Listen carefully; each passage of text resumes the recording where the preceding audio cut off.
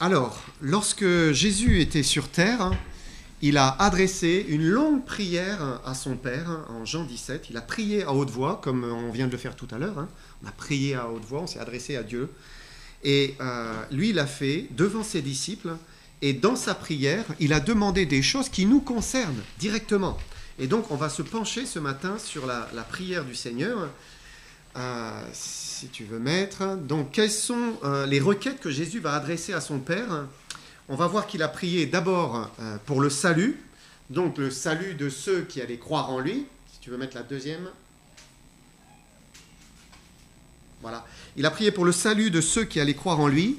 Il a prié pour la protection du malin et du monde. Il a prié pour la sanctification au milieu de ce monde. Il a prié pour leur unité, l'unité des croyants. Et il a prié pour la sécurité éternelle. On va voir cela ensemble. Donc, on va lire petit à petit cette prière et on va voir ces 5 points ensemble. Jean 17, versets 1 à 3. Après avoir ainsi parlé, Jésus leva les yeux au ciel et dit : « Père, l'heure est venue. Glorifie ton Fils, afin que ton Fils te glorifie, selon que tu lui as donné pouvoir sur toute chair, afin qu'il accorde la vie éternelle à tous ceux que tu lui as donnés. Or, la vie éternelle, c'est qu'ils te connaissent, toi, le seul vrai Dieu, et celui que tu as envoyé, Jésus-Christ. » Là, c'est le premier volet, premier volet de la prière, première requête que Jésus leur adresse. Donc, pour remettre un petit peu dans le contexte, Jésus est à la fin de son ministère terrestre.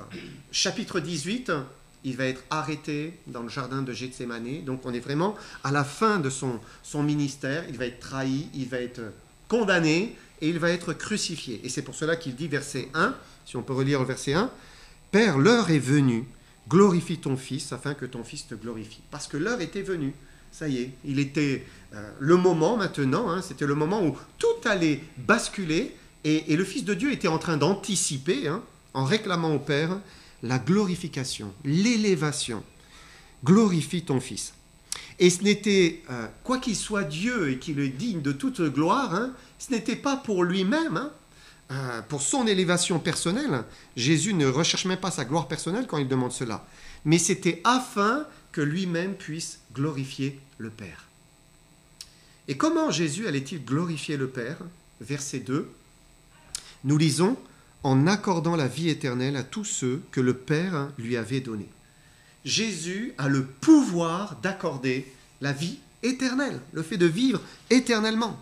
Dieu lui a donné cette autorité, ce pouvoir d'accorder le salut à quiconque croit en lui. Avant que Jésus ne vienne sur terre, l'humanité n'avait aucune solution pour le péché.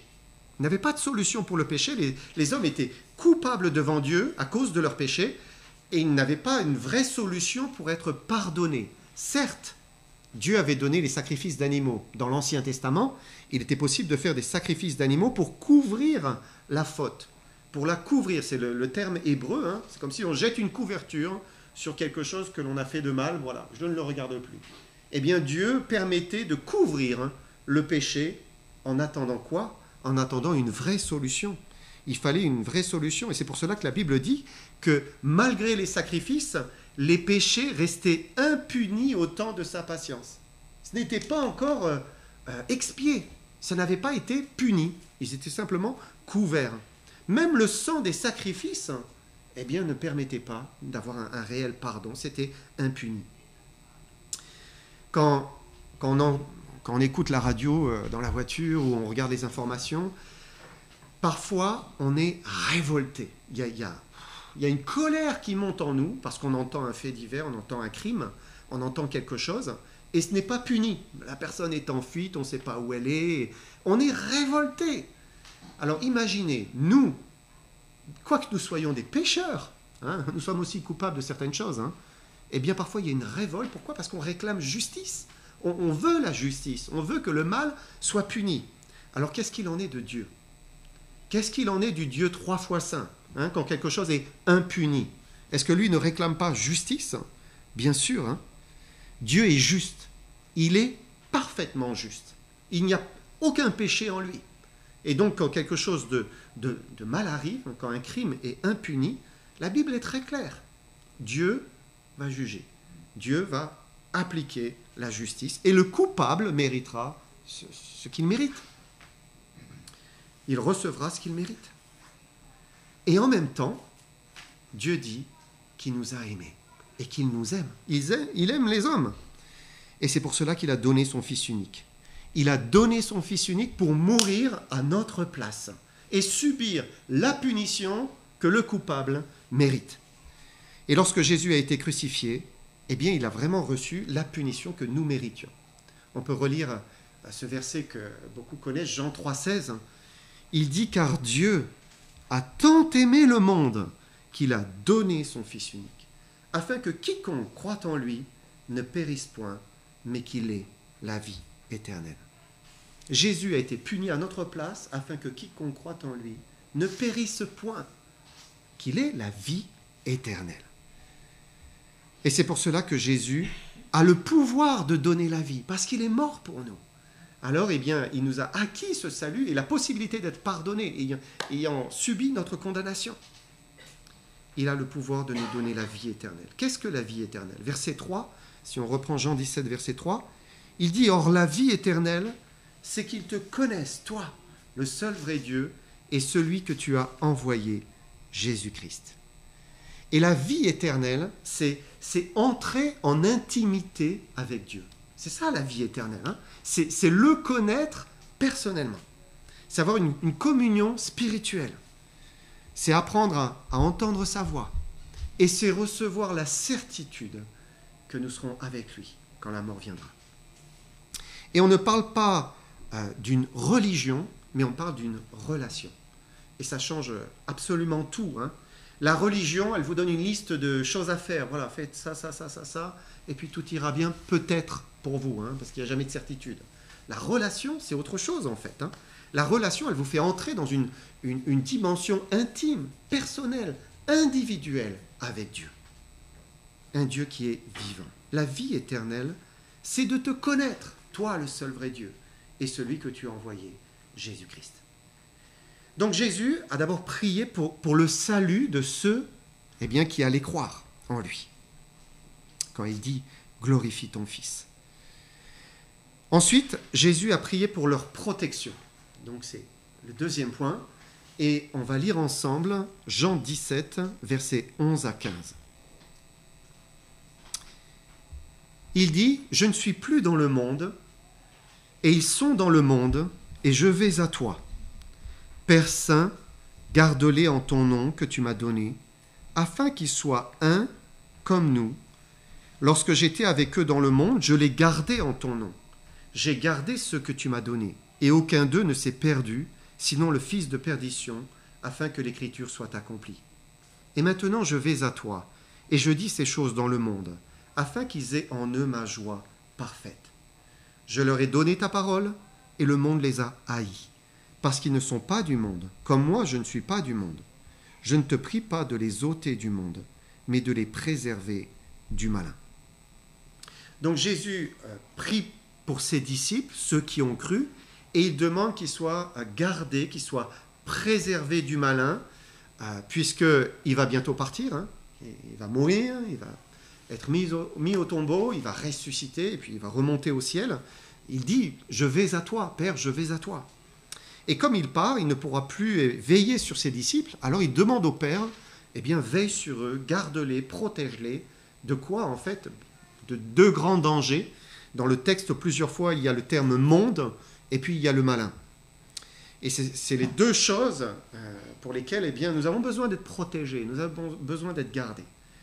D'abord, le mot « monde » dans la Bible, ça peut représenter beaucoup de choses, mais c'est tout ce qui est terrestre et qui nous pousse à nous éloigner de Dieu, à nous éloigner d'une relation et d'une communion avec Dieu. C'est tout un système qui invite à vivre sans Dieu et qui pousse dans ce sens. Le monde va faire la promotion du paraître plutôt que de l'être, en fait. D'être réellement ce que l'on est. Et le paraître, on le voit bien aujourd'hui, dans cette génération. De la richesse et de multiplier plutôt que le contentement et la bienfaisance. De la gloire humaine plutôt que de rechercher la gloire de Dieu. En fait, le monde efface Dieu, il le gomme, il le nie, il le rejette, il ne veut pas entendre parler de lui. Et tant que Jésus était là, eh bien, son influence, le fait de sa présence, préservait les disciples du monde, ça les gardait. Jésus veillait sur eux. Et s'ils s'égaraient dans une pensée du monde, parfois quand vous lisez les évangiles, vous voyez un moment les disciples, là, hop, ils sont là en train de se dire, mais qui est le plus grand voilà, c'est cette pensée du monde, de s'élever à première place. Et Jésus, il est redressé tout de suite. Donc il est protégé. Il pouvait les protéger de l'orgueil de la vie.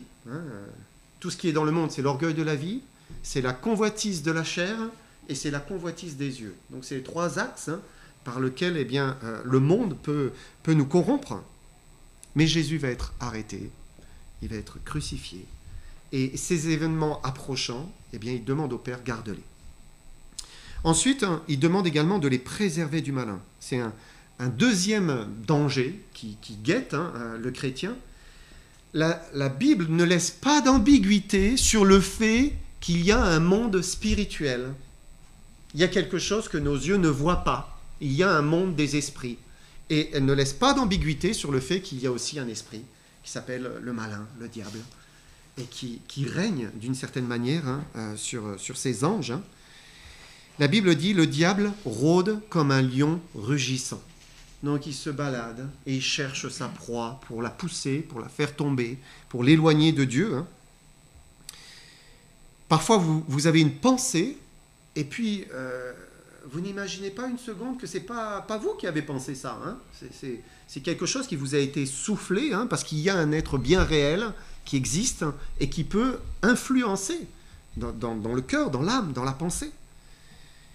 Comment les disciples pourraient surmonter ces deux dangers, le monde et le diable ? Eh bien, par l'exaucement de la prière de Jésus. Et Dieu a exaucé la prière de Jésus, comment ? En donnant le Saint-Esprit, en fait. Qu'est-ce qui va nous garder dans ce monde ? Qu'est-ce qui va nous garder du malin ? Et c'est l'Esprit de Dieu, à partir de la Pentecôte, quand il est venu habiter dans le cœur de tous ceux qui croient, c'est l'Esprit de Dieu qui peut nous protéger, nous garder. Et un chrétien qui marche avec Jésus-Christ, et qui vit dans la communion du Saint-Esprit, vous connaissez toutes ces expressions de la parole de Dieu, quand on marche dans la communion avec le Saint-Esprit, eh bien nous ne sommes pas happés par le monde et qui nous conduit vers le péché, vers l'inimitié avec Dieu.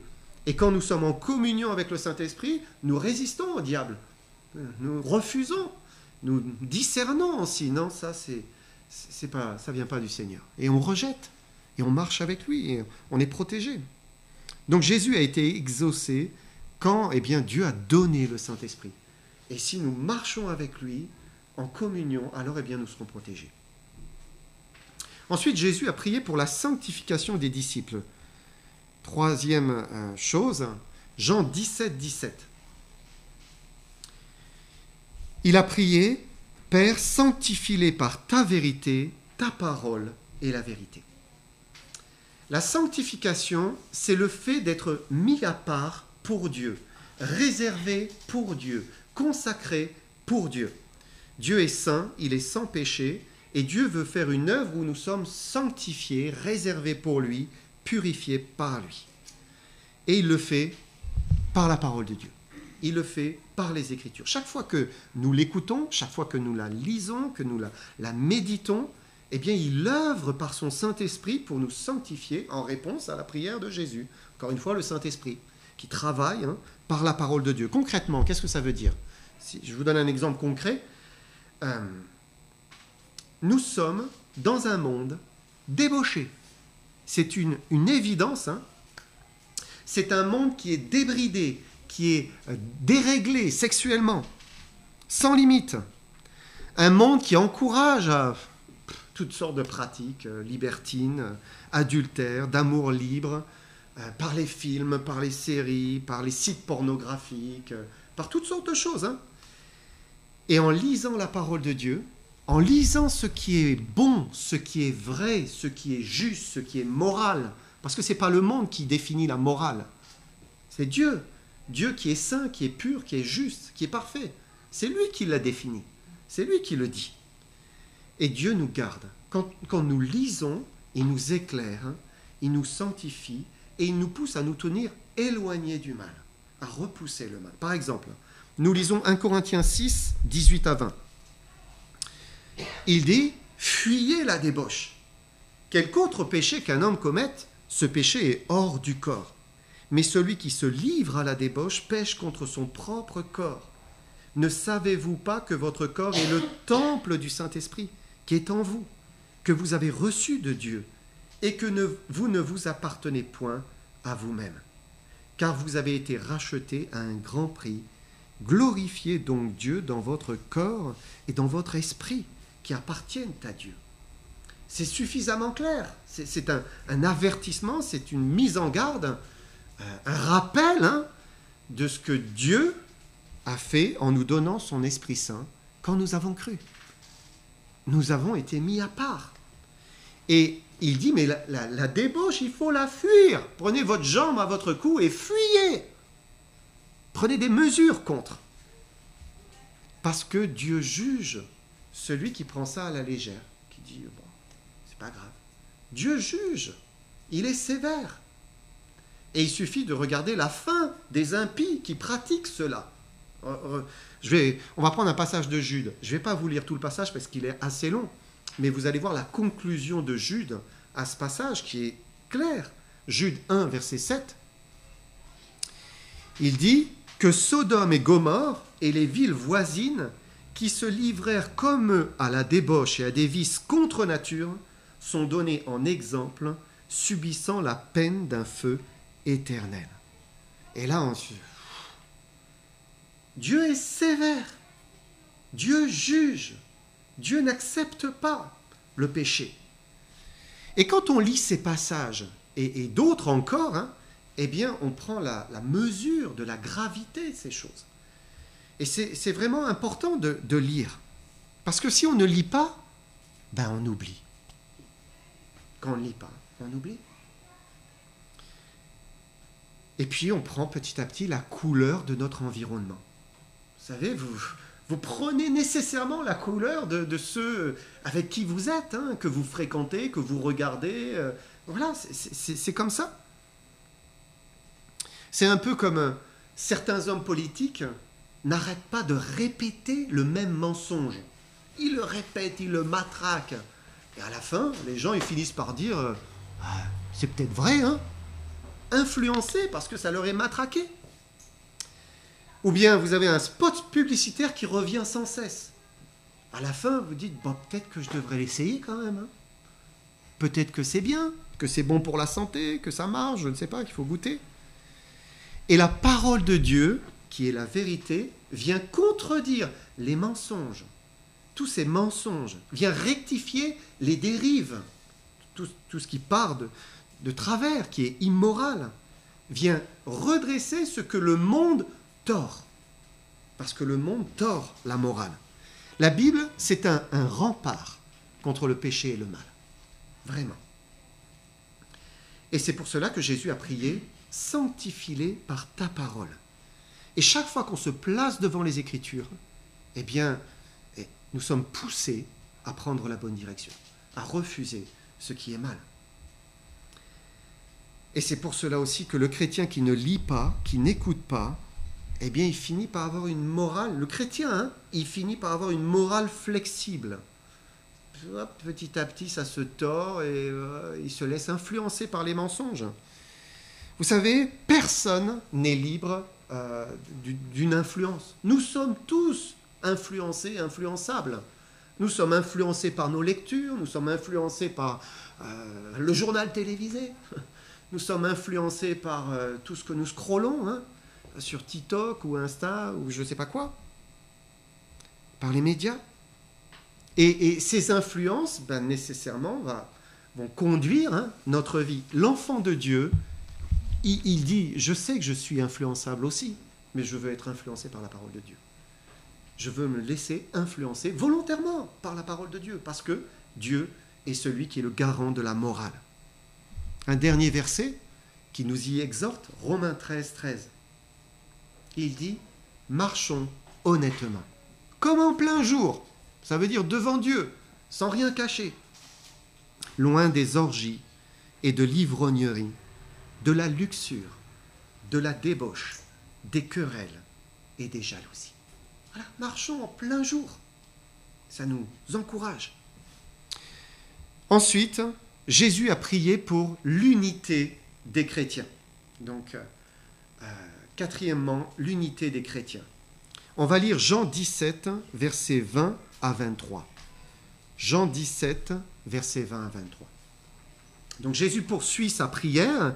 Il dit, « Ce n'est pas pour eux seulement que je prie, mais encore pour ceux qui croiront en moi par leur parole, afin que tous soient un, comme toi, Père, tu es en moi, et comme je suis en toi, afin qu'eux aussi soient un en nous, pour que le monde croie que tu m'as envoyé. Je leur ai donné la gloire que tu m'as donnée, afin qu'ils soient un, comme nous sommes un. Moi en eux, toi en moi, afin qu'ils soient parfaitement un, et que le monde connaisse que tu m'as envoyé et que tu les as aimés, comme tu m'as aimé. » Donc Jésus va maintenant prier pour nous. Il prie pour nous. Il y a 2000 ans, il priait déjà pour nous. Pourquoi ? Parce qu'il dit « pour ceux qui croiront en moi », donc pour les croyants futurs. C'est nous. Et qu'est-ce qu'il demande ? Il demande que tous ces enfants de tous les temps, de tous les siècles, soient un, à l'image de l'unité qui existe entre le Père et le Fils, puisque le Père étant dans le Fils étant dans le Père. Comment c'est possible d'avoir la même unité que le Père a avec le Fils? Comment c'est possible? On ne peut pas faire le tour de la personne de Dieu. Hein? Si vous dites, ah, moi je sais exactement comment est Dieu, non, on ne sait pas. Dieu, si il est bien et il est le créateur de toutes choses, des cieux, de la terre, de notre corps, on ne peut pas faire le tour de sa personne. C'est impossible, impossible. Par contre, on peut savoir tout ce qu'il nous révèle de lui. Et il nous a révélé des choses. Dans les Écritures, il nous révèle qui il est. En tout cas, certains points de sa personne. On sait que le Saint-Esprit est appelé l'Esprit de Dieu.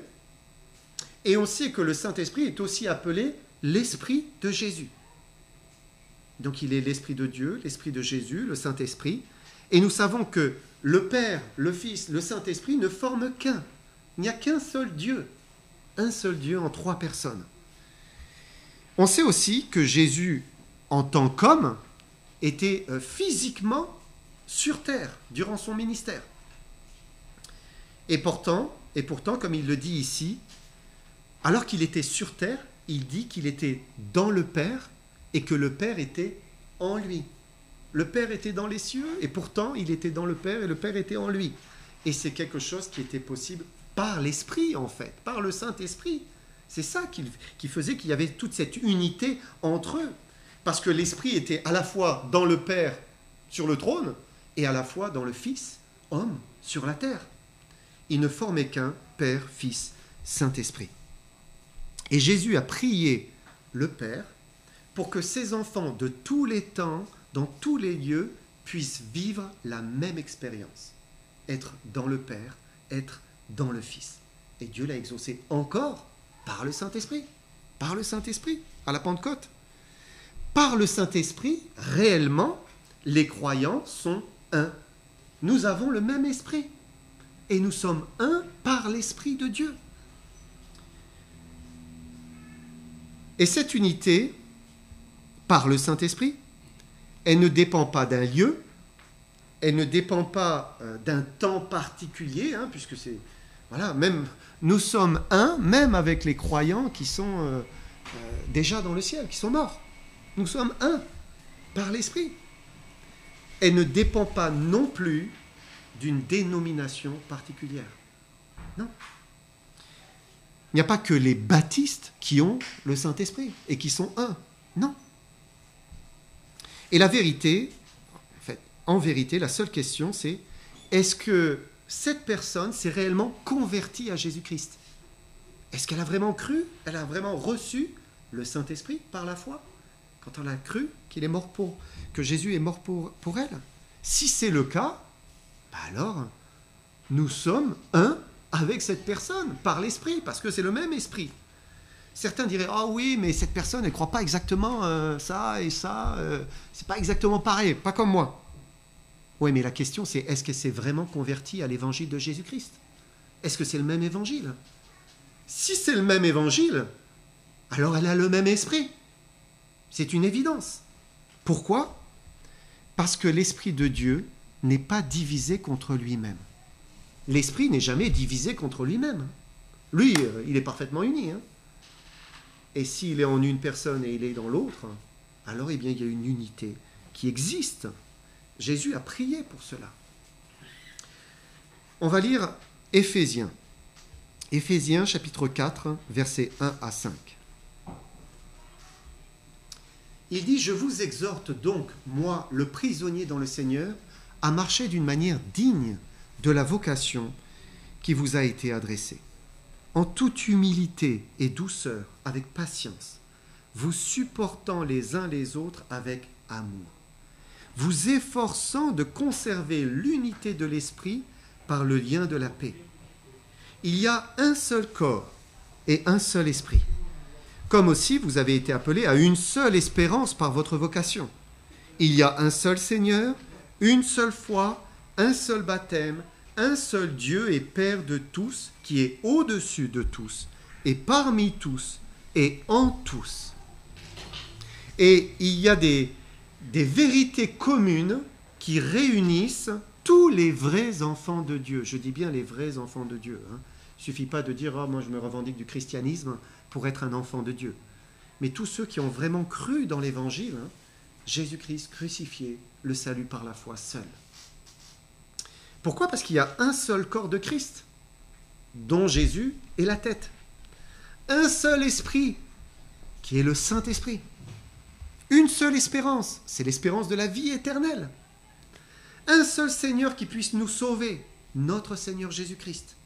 Une seule foi, suscitée par la parole de Dieu seul. Un seul baptême, par immersion au nom du Père, du Fils, du Saint-Esprit. Un seul Dieu et Père de tous, qui est au-dessus de tous, et parmi tous, et en tous. En tous. Et sur ces points de doctrine fondamentale, tous les vrais enfants de Dieu se retrouvent. Tous. Ils sont tous d'accord. On ne peut pas changer ce fondement. C'est le fondement. Par exemple, dites qu'il n'y a pas un Saint-Esprit personnel, une personne. Eh bien là, vous sortez de la saine doctrine. Ça y est, hop, vous vous perdez. Vous savez, quand vous dites, comme les témoins de Jéhovah, que le Saint-Esprit est la force agissante de Dieu, que c'est une énergie, une force, qui n'est pas personnelle, vous sortez de la saine doctrine, là. Ça y est. Dites que l'espérance du chrétien est terrestre. Vous sortez de la vérité. Dites que Jésus ne suffit pas pour être sauvé, qu'il faut prier Marie ou je ne sais pas qui. Vous sortez, encore une fois, de la saine doctrine. Vous vous perdez. Dites que les Écritures seules ne suffisent pas pour croire. Et vous vous perdez.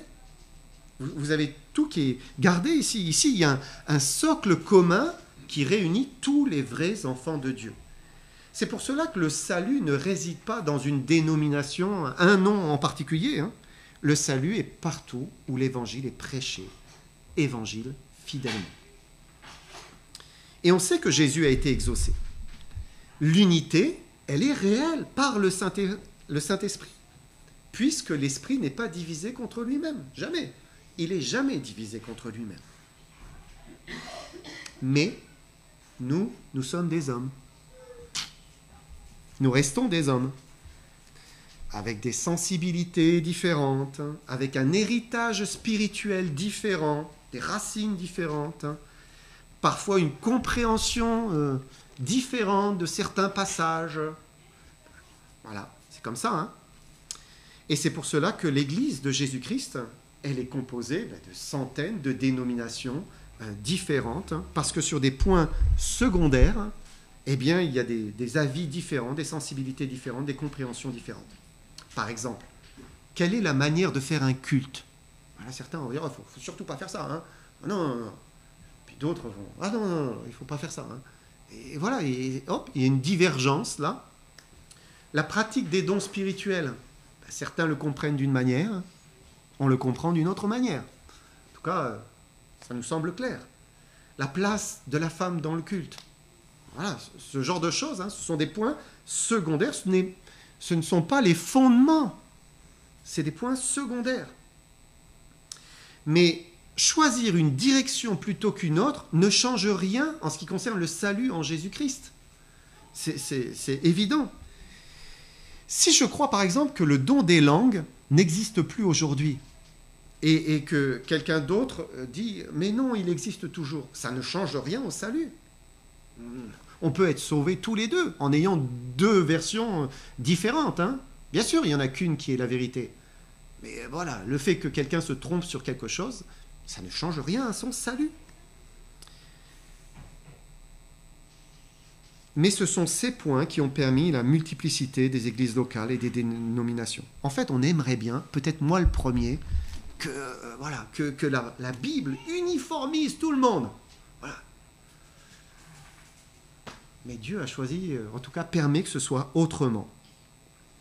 Et il faut accepter qu'il puisse y avoir des divergences au sein du corps de Christ. Parce que c'est ce qui est devant nous. Hein. On marche tous selon la lumière que nous avons reçue. Et ça n'ôte rien à l'unité dans l'esprit, en fait. Hein. Nous sommes enfants de Dieu.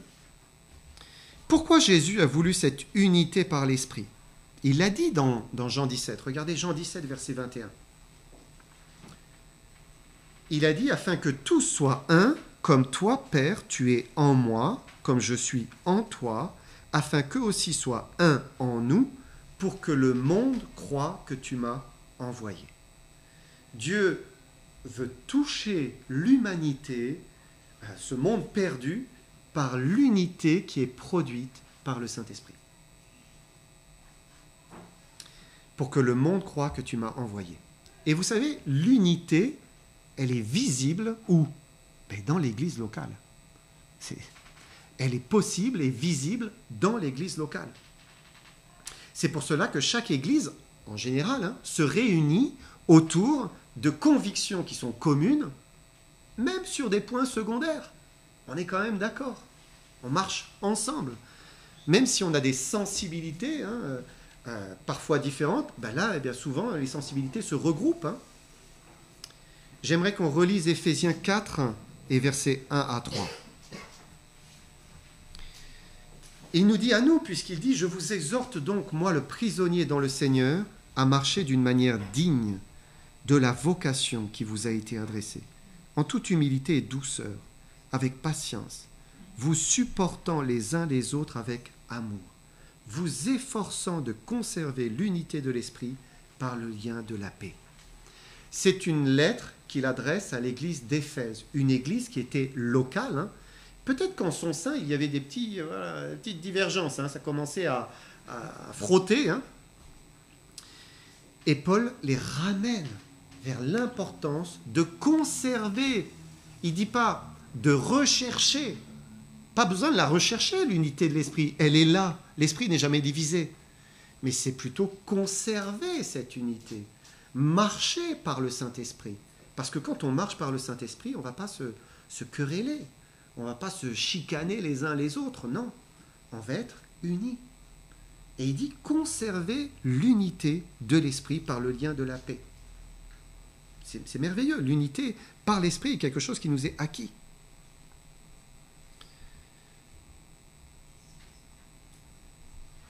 En fait, il ne faut pas jouer sa propre partition, comme dans un concert. Hier, j'écoutais en préparant le message de la musique, il y avait un concert, voilà, il y a un chef d'orchestre, il donne le ton, ils ont tous la même partition. Et du coup, c'est l'unité. Si vous donnez une partition à chacun et que ça part dans tous les sens, c'est la cacophonie. Et donc, l'important, c'est garder les yeux sur le chef, Christ, par le Saint-Esprit, marcher avec lui. Et à ce moment-là, il y a l'unité. Jésus a prié pour l'unité et nous a donné les moyens de rester unis. Enfin, dernier point, Jésus a prié pour la sécurité des croyants. Jean 17, verset 24.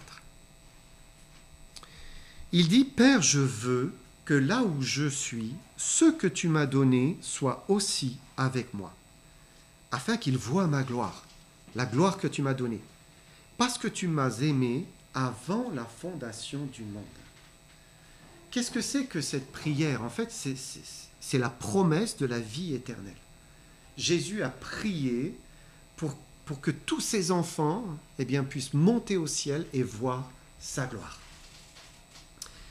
Et si nous sommes enfants de Dieu, c'est un fait certain, parce que Dieu exauce toujours son Fils. Il a toujours exaucé les prières du Fils. Donc ça veut dire, nous verrons la gloire de Dieu. Nous entrerons dans la présence de Dieu, dans le ciel. Nous verrons la magnificence de son règne. Ça veut dire qu'aucun de ses enfants ne peut se perdre. Aucun ne peut perdre le salut. Impossible, c'est impossible. Jésus a protégé ses disciples quand il était sur terre, si ce n'est le fils de perdition, Judas, vous vous souvenez, selon l'Écriture. Mais mis à part lui, aucun enfant de Dieu qui a vraiment cru ne peut se perdre. Et ni le monde, ni le malin, ni la chair ne seront un obstacle à son entrée dans l'éternité. Et par cette prière qui vient conclure Jean 17, il veut rassurer ses disciples. Jésus veut rassurer ses disciples. Bien sûr, un enfant de Dieu, il peut être éprouvé, être secoué, attaqué dans sa foi. Et ça arrive, mais ça n'annule pas la promesse de Dieu. Et on l'a lu tout à l'heure dans 1 Jean 2, 25, et la promesse qu'il nous a faite, c'est la vie éternelle. Dieu a promis. Dieu ne peut pas changer sa promesse. Si on a reçu son salut, alors on a la promesse de la vie éternelle. Et regardez ce que Jésus dit. Il termine avec ces mots, Jean 17, 25. « Père juste, le monde ne t'a point connu, mais moi je t'ai connu. Et ceux-ci ont connu que tu m'as envoyé. » Pour rester juste un petit peu sur ce verset, il dit, « Père juste, le monde ne t'a point connu. » Le monde ne connaît pas Dieu. Le monde ne connaît pas Dieu. Le monde est étranger à la connaissance de Dieu. C'est un parfait inconnu pour eux. Bien sûr, beaucoup croient en Dieu. Ils croient qu'il y a un Dieu. Ils croient même parfois qu'il est le Créateur. Mais ils ne le connaissent pas. Ils ne le connaissent pas intimement.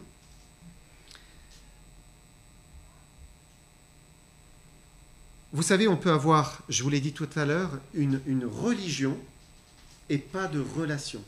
On peut avoir une connaissance intellectuelle, mais pas une connaissance intime. Voilà, je connais Emmanuel Macron. Mais est-ce que je le connais? Non, je ne le connais pas. Les gens connaissent Dieu comme ça. Ce que Dieu veut, c'est que nous entrions dans son cercle intime et que nous le connaissions, qu'il soit avec nous, que nous lui parlions et qu'il nous parle. Et quand vous entrez dans cette relation intime avec Dieu, ça change tout. Votre vie, à ce moment-là, pouf, grand virage. À ce moment-là, on tourne. Jésus dit, « Moi, je t'ai connu. » Évidemment, il descendait du ciel. Donc, il dit aux disciples, « Moi, je t'ai connu. J'ai connu le Père. » Et c'est intéressant, il ajoute, « Et ceux-ci ont connu que tu m'as envoyé. » C'est-à-dire que les disciples ont été touchés par Jésus-Christ, qui est Dieu aussi. Ils ont été touchés par ses paroles. Ils ont vu ses miracles. Ils ont reçu toutes ces paroles de vie qui sont sorties de lui. Ils étaient dans son intimité. Et pour eux, ça ne faisait plus aucun doute. Jésus avait les paroles de la vie éternelle. L'apôtre Pierre l'a dit.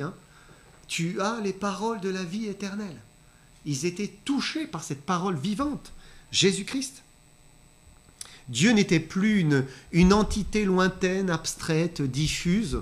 Non, c'était un Dieu personnel. Il était là devant eux, en Jésus-Christ. Et Dieu veut rassurer les disciples. Assurément, ils verront la gloire du ciel. verset 26.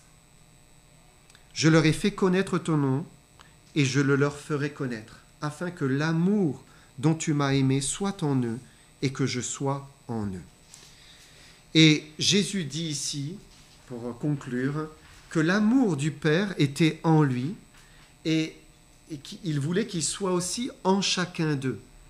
Jésus était rempli de l'amour de son Père. Et sa prière, c'est que ses disciples, présents et futurs, puissent connaître l'amour du Père, être remplis de l'amour du Père. Comment il le serait? Par le Saint-Esprit. Encore une fois. Encore une fois. Et en fait, on voit que la réponse à la prière de Jésus en Jean 17, c'est le Saint-Esprit. C'est le don du Saint-Esprit. Les disciples ont reçu le salut, puisque par le Saint-Esprit, puisque c'est lui qui convainc de péché, de justice, de jugement. C'est lui qui amène vers le Père. Par le Saint-Esprit, eh bien, ils ont reçu la protection du monde, du malin. Par lui, ils ont reçu la sanctification, puisqu'il nous sanctifie au travers des Écritures. Par lui, ils avaient l'unité, et par lui, ils avaient la sécurité éternelle. Pourquoi? Parce que l'Esprit vient remplir le cœur de celui qui a cru en lui, par l'amour du Père, pour qu'il se sente aimé du Père. Et j'aimerais qu'on prenne un verset, un dernier verset, c'est 1 Jean 4, verset 18. Il dit « La crainte n'est pas dans l'amour, mais l'amour parfait bannit la crainte. Car la crainte suppose un châtiment, et celui qui craint n'est pas parfait dans l'amour. Et Dieu ne veut pas que ses enfants intimes soient dans la crainte de perdre leur salut. Il ne veut pas cela. Ou la crainte d'un châtiment éternel. Vous savez, un peu comme s'il y a une épée de Damoclès. Oh là, il faut que je me tienne à carreau, hein, sinon je serai perdu pour l'éternité. Des chrétiens sont comme ça. Ils se tiennent à carreau parce qu'ils ont peur. Dieu ne veut pas ça. Il ne veut pas ça. Parce que ça nuit à une relation saine, d'amour, une relation apaisée. C'est exactement comme dans une famille équilibrée. Dans certaines familles, l'enfant craint tout le temps. Et là, il craint la main du père. C'est pas sain. C'est pas une relation normale. C'est pas comme ça que ça devrait être. Comment vivre une relation paisible, heureuse, si on craint sans cesse le châtiment? Et si on craint sans cesse le châtiment de Dieu? Dieu ne veut pas ça. Dieu est le meilleur des pères. Hein. Et c'est souvent une méconnaissance du Dieu d'amour hein, qui peut nous laisser croire que, eh bien, il pourrait nous laisser nous perdre. Non, Dieu veut nous remplir hein, de son amour. L'amour parfait bannit la crainte. Et quand on est rempli de l'amour de Dieu, on n'a pas peur. On sait qu'on est à lui pour l'éternité, parce qu'on a cru, parce qu'on a reçu son esprit, parce que le Fils habite en nous par l'esprit. Jésus veut apaiser notre cœur. Il fait cette prière au Père. Remplis-les de ton amour par le Saint-Esprit. Voilà. On peut retenir eh bien, cette prière, ce que Dieu nous a donné, le salut, la protection, la sanctification, l'unité et la sécurité éternelle. On va s'incliner dans la prière. Père, merci de ce que tu as fait en envoyant Jésus-Christ. Merci pour ce salut parfait que tu nous as donné, Seigneur, et te bénissons, nous t'adorons. Qu'il est bon, Seigneur, de te connaître, qu'il est bon d'avoir une relation avec toi, qu'il est bon, Seigneur, de savoir d'où nous venons et où nous allons. Seigneur, nous te remercions pour cela et je te prie pour que tu bénisses chacun ici, que tu aides chacun dans sa marche, dans sa progression avec toi, que tu ancres ces vérités dans nos âmes et que tu nous aides à marcher avec toi de tout notre cœur. Nous te le demandons par Jésus-Christ. Amen.